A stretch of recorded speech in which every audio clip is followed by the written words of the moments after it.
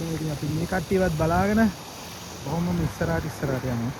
මේක මේ පොකුණේ ඉන්න මාළුවෙන් පේන්නේ නැහැ. ඒගොල්ලෝ ඉන්නේ මාළු.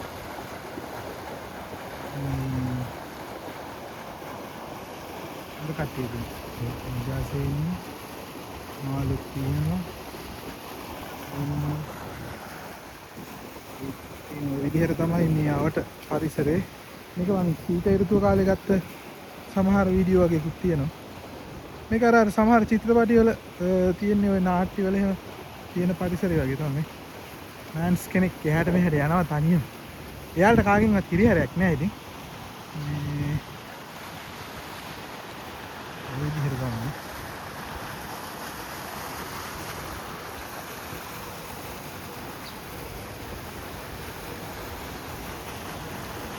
අර පේනා නේද මාළු? ඒගොල්ලෝ ලොකු මාළු.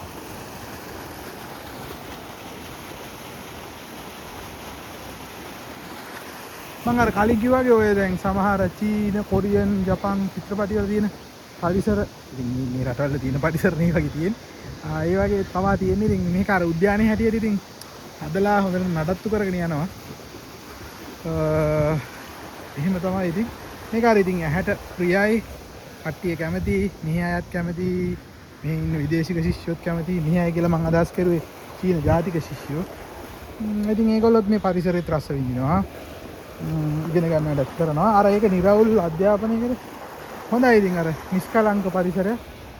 දැන් මේ ප්‍රධාන අගනුවර බීජිං වලම තියෙන එක කොටසක තියෙන විශ්වවිද්‍යාලයක් මේක චෝයාන් කියන ප්‍රදේශේ. එතකොට එහෙම වුණාට මේ හරිනම් ඉතින් ඒ කියන්නේ අගනුවරට තදාසන්න ප්‍රදේශයක්නේ. ඒ වුණාට ඉතින් මේක තියෙන්නේ මේ විදිහේ ගස් කොළන් තියෙන එහෙම පරිසරයක් තමයි.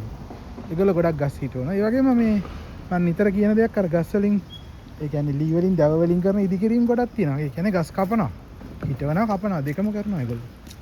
ඒ විදිහ තමයි. මේ ලොකුවට තියෙන නෙළුම්. පේනවද? නෙළුම් පිටිලා.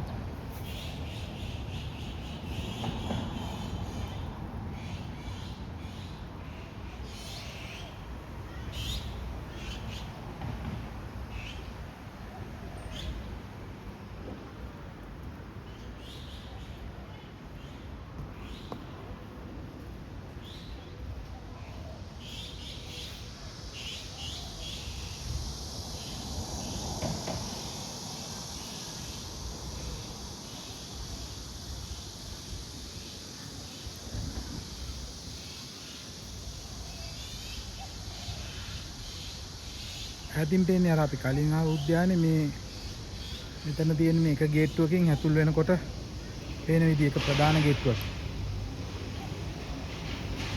මේ තියෙන්නේ අපේ විශ්වවිද්‍යාලයේ සිටිය බං.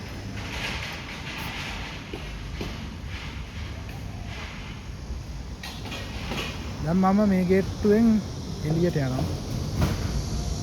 එළියට ගිහිල්ලා අපේ මේ යාළුවෝ කට්ටියක් එනවා කියලා කිව්වා. ඒගොල්ලෝ පොඩ්ඩක් හම්බෙන්න යන්නේ. එතන යනකොට ඉතින් සාමාන්‍ය මේ ෆේස් ස්කෑනින් මැෂින් එක තියෙනවා. ඒකෙන් මුණ පෙන්නවා. ගියා. මේක තව දෙයක් තියෙනවා. මේ ඉස්සරහින් පේනවා නේද හෝටලයක්. එතකොට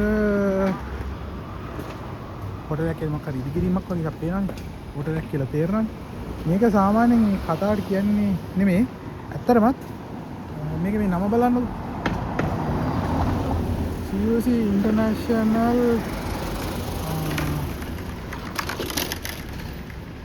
Convention Center වගේ නමක් තියෙනවා මට මතක හරියට. ඒ කියන්නේ මේක ඇත්තටම විශ්වවිද්‍යාලයට අයිති හෝටලයක්. මේ මම හිතන්නේ අනිත් විශ්වවිද්‍යාලවලට මේ වගේම විශ්වවිද්‍යාලයටම අයිති හෝටල් තියෙනවා. ඒකට මේ හෝටල් වල තමයි විශ්වවිද්‍යාලයට අදාළ පොඩි උත්සවය මේවා ගන්නත් අදාළ පහසුකම් තියෙනවා මේ. මම ඒක අමතර කාරණාවක් හරි කිව්වේ. එහෙම එකක් තියෙන එකනේ හැම අතින්ම හොඳයි හැබැයි පහසුයි. මම හිතන්නේ ආදායමුත් උපයනවා ඇතිනේ. ඒක වටින අදහසක් ඒක.